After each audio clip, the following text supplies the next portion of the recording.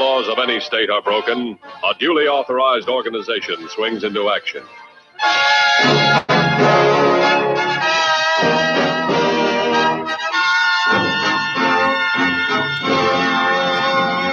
All week long, we ask you to send in your funny stories about the police department and their arrests or their stops or their actions, as long as they're funny.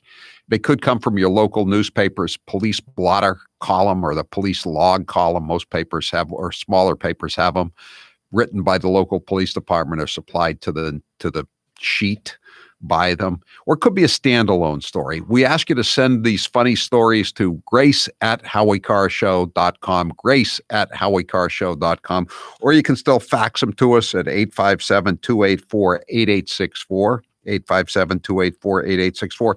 At this time, every Friday evening, we read the funniest ones of the week, in our opinion. And Let's go while we're young. And the two best ones get a prize. What do they get this week, Grace? They'll get a copy of Kennedy Babylon 2. Yes. Actually, Howie, do you mention Andrew Cuomo in any of the Kennedy Babylons? I mentioned Kerry Kennedy, his ex-wife, in Kennedy Babylon 2. I'm going to write a column. I thought so. I'm going to write a column this week about how do the Kennedy women find these guys? Arnold Schwarzenegger, Andrew Cuomo, Steve Smith. Steve Smith was the fixer for the family. He's the one who got the lawyer for Ted Kennedy after Chappaquiddick. He paid the money to Pam Kelly after Joe Kennedy crippled her. He married Jean Kennedy Smith and used her as a light punching bag for many years, sadly. Well, I thought it was Kennedy Babylon 2, so that is the prize this week in honor of the crumbling of Andrew Cuomo. Okay, let's start with the runners-up. They do not win a prize. Burglar caught over bite from German sausage. This is out of Berlin. Bite from German sausage? Yes. German police say they have solved a 9-year-old... You sure it wasn't a German shepherd by the name of Major or Champ? German police say they have solved a 9-year-old burglary after DNA found a half-eaten piece of sausage matched that of a man detained in France over an unrelated crime. Wait a second. A really bored police department. That's what I'm saying. Crime must be way down in Deutschland if they have time. A 9-year-old burglary was solved? Well, it's in France, right? No, this is Berlin. Oh, okay. Police in the western town of Schwelm said Thursday that the sausage belonged to the victim, and the suspect, a 30-year-old Albanian citizen, appeared to have helped himself to a bite during the March 2012 break-in. It wasn't clear what type of sausage. It was a bratwurst. They're saying known in Germany as wurst. The burglar had nibbled. The police said it was of a hard variety. All right, now, Howie sent me a bunch of police blotters from Wellesley, which is making me think he misses his hometown. And so I believe I will read those were some pretty good ones I sent you to, Grace, weren't they? Yes, this one happened on February 26th at 5 o'clock at night. The reporting party stated that the male party was making obscure gestures at him while stopped at a red light on Worcester Street near Route 128. Obscure or obscene? Obscene, I'm sorry. Grace, did you go back to the Whiskey Priest? Have you been at the Whiskey Priest for the last 2 hours? I haven't. I've been accused of that before. I have not. My eyesight's speaking getting sign bad. language in Bidenese. I don't know what he's saying. Okay, and by the way, Worcester Street is also known as Route 9. Yes. And then when they stopped... For those that are following along in their maps. And they pulled up next to him, and that's when the male party threw a hot cup of coffee into the vehicle. Oh! They were driving, and his defense was, well, he was texting, so I felt like I had to, or something like that. So he took the law and his cup of coffee into his own hands and tossed it on the guy. Exactly. Crystal ball causes house fire near Wisconsin Dells. A crystal ball didn't. Who could have seen this one? Wait, Grace. I hope you got another Wellesley one. There's a better. I do. I'm just spreading them out a little bit. Okay. This happened Monday at a home near Wisconsin Dells. The Dalton Fire Department says a crystal ball was sitting near a window, and when the sun hit, it set the couch on fire. So this has happened to me before, Howie, with my car, where like if a mirror or a glass hits the sunlight or the sun hits it, it can burn through. But this set the entire couch on fire. Kind of crazy. It was written in the stars that it was going to happen. This is an update. Villager released after 2 days in jail after battle over cats. A 76-year-old villager. Over what? Over cats. Cats? Yes. And so a villager. Now, there are very few villagers in the United States of America. What country is this? Oh, no, Howie. This is like the Villages. Oh, the Villages in Florida, you mean? Okay, yeah, I got it. I'm sorry. From the Villages News. A 76-year-old villager has been released from jail after his arrest earlier this week after a battle with a woman over their cats. Now, the guy's name is George Redford Tester, and he put his hands on the woman's neck to strangle her and used a pillow to prevent her from breathing. She said she had been seated on the couch. He said he just wanted to have his picture taken with her. She said she had been seated on the couch when she and Tester began arguing over their cats. She said she had called the cats jerks, but said Tester misheard her and thought she called him a jerk. The Fresno, California native grabbed a small round pillow from the couch and placed it over her face. What was the cat's name? The cat's name was Sprinkles. About a half hour later, the cats knocked over their water dish. The woman attempted to clean it up when Tester came up behind her again and attempted to strangle her. She was able to free herself from his grip. When the deputies arrived, he confirmed that when the woman called the cats jerks, he thought she was referring to him. So there were multiple cats. What was the other cat's name? Milo. Milo and Sprinkles. Milo, See, that would have been the outcome in my house if my wife thought I did call the cat a jerk. You would have had the pillow to the face. Yes, she would have put the pillow over my head. Yeah. The cat seemed to be a real issue for these two. Psych evaluation. This is another follow-up. Psych evaluation for accused stuffed doll assailant. A judge today ordered a psychological evaluation to help determine the competency of a Florida man charged with having sexual contact with a pair of large stuffed animals at a Target store. Remember this? This was the snowman. He tried to make love to a snowman in the Target. The snowman, by the way, has come out and accused Andrew Cuomo of touching him inappropriately. Howie. Okay, next one.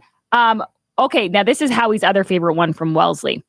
On March 1st, 2021, the officer was dispatched to the area, Howie, same area, Worcester Street. I know. It's a dangerous curve in the road. A lot of things are getting tossed in this area. Both vehicles involved were stopped. One was operating a Ford pickup truck, and he was traveling. Now, he alleges that the Nissan was traveling slowly in the left-hand travel lane, and when he moved into There's a lot of that going around in that area. That's one of the things that makes it so treacherous. When he moved into the right travel lane to pass the vehicle, the driver made a profane gesture. I'm not sure if it was obscene or obscure, but it was profane.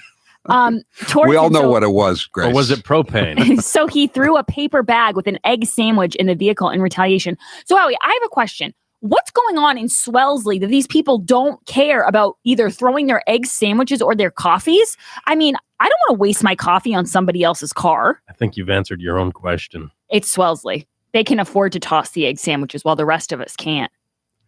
I don't understand. I have never tossed an egg sandwich or a coffee at anybody on Route 9. Oh, you're such a good person, Howie. You really should give yourself I'm a pat on the hungry and thirsty. Florida man pulls out dank gummies instead of ID after nearly hitting gas pump. Dank gummies. This is a good story, though. A Florida man who nearly hit a gas pump pulled out a package of dank gummies instead of his driver's license. So one guy saw him near the gas pump in Naples, and he saw that he appeared to be under the influence. This guy's name is Demisio Lopez. And imagine that. He saw the deputy and immediately asked for help calling AAA because his car wouldn't start, even though the keys were not in the ignition at the time. The deputy that could be a problem. Even in his homeland, that could be a problem. The deputy then asked Lopez for his driver's license, so he started rifling through his pockets again, and this time pulled out a small green package labeled dank gummies with cannabis infused written on it as well. He asked him what it was. He claimed it was normal. Can you buy that candy. stuff in New Bedford, Taylor? Dank gummies? Probably. Probably a few places where you can buy dank gummies. Deputy said Lopez also had a package of medicated nerd ropes that contained 400. Oh, there's nothing better than a medicated nerd rope. I do love a regular nerd rope, though. But we can't have menthol cigarettes, and we can't have flavored tobacco. Now, this is a crazy medicated story. Nerd ropes are fine, though. You know what? I'm guessing that the tax markup on medicated nerd ropes is even higher than it is on a pack of Newports. All right, now this is a crazy story.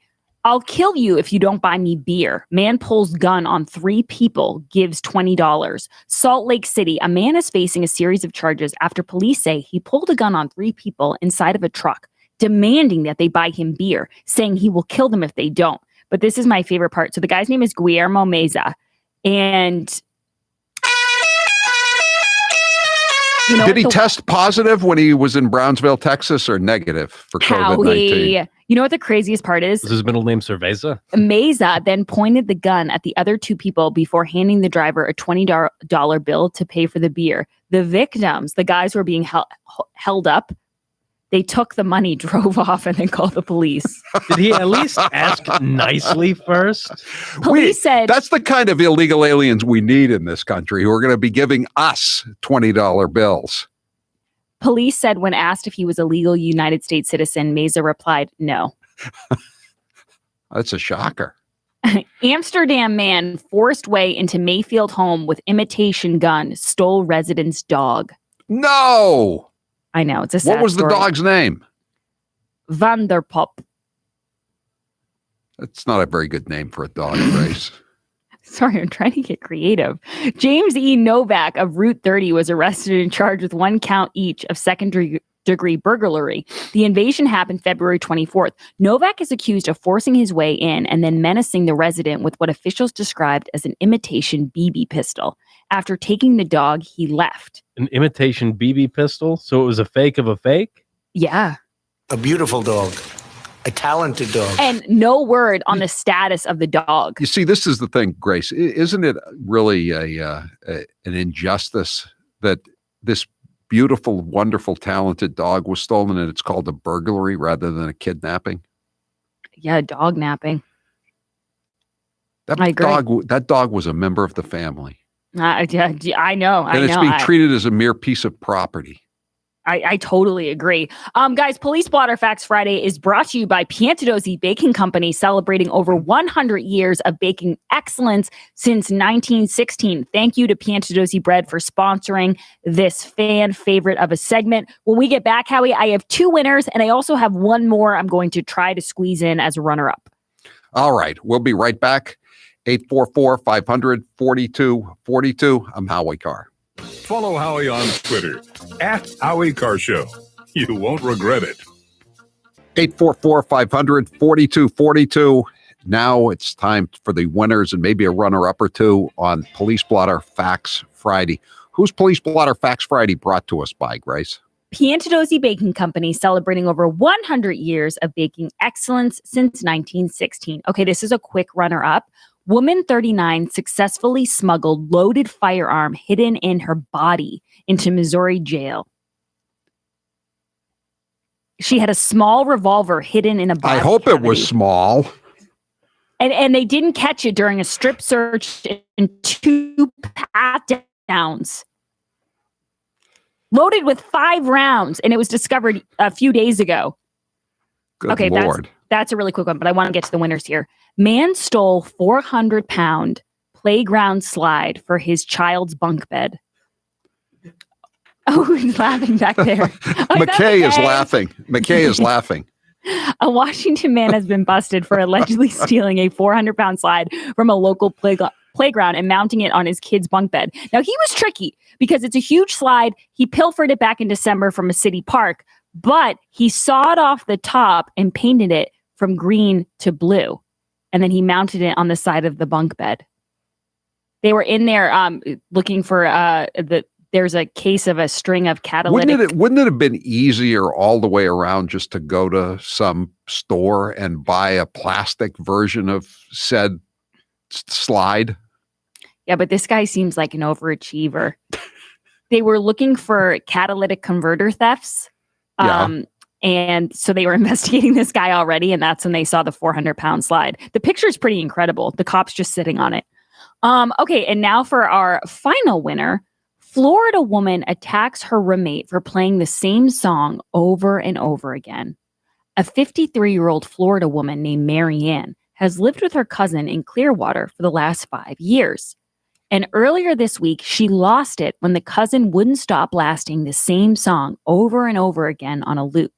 It happened around 12:15 in the morning on Tuesday, and the song was alcohol involved?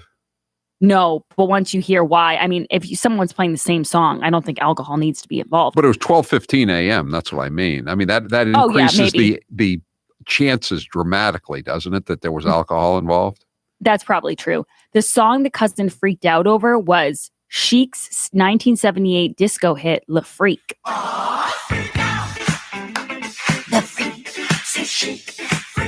This is why I suggest buying Raycons.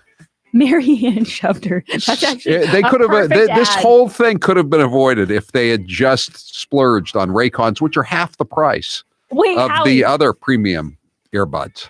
That's a great point. Mary Ann shoved her 64-year-old cousin into a makeshift tiki bar they'd set up, and it collapsed. Her cousin a makeshift tiki bar. Was there a slide at the makeshift tiki bar? She ended up with a black eye.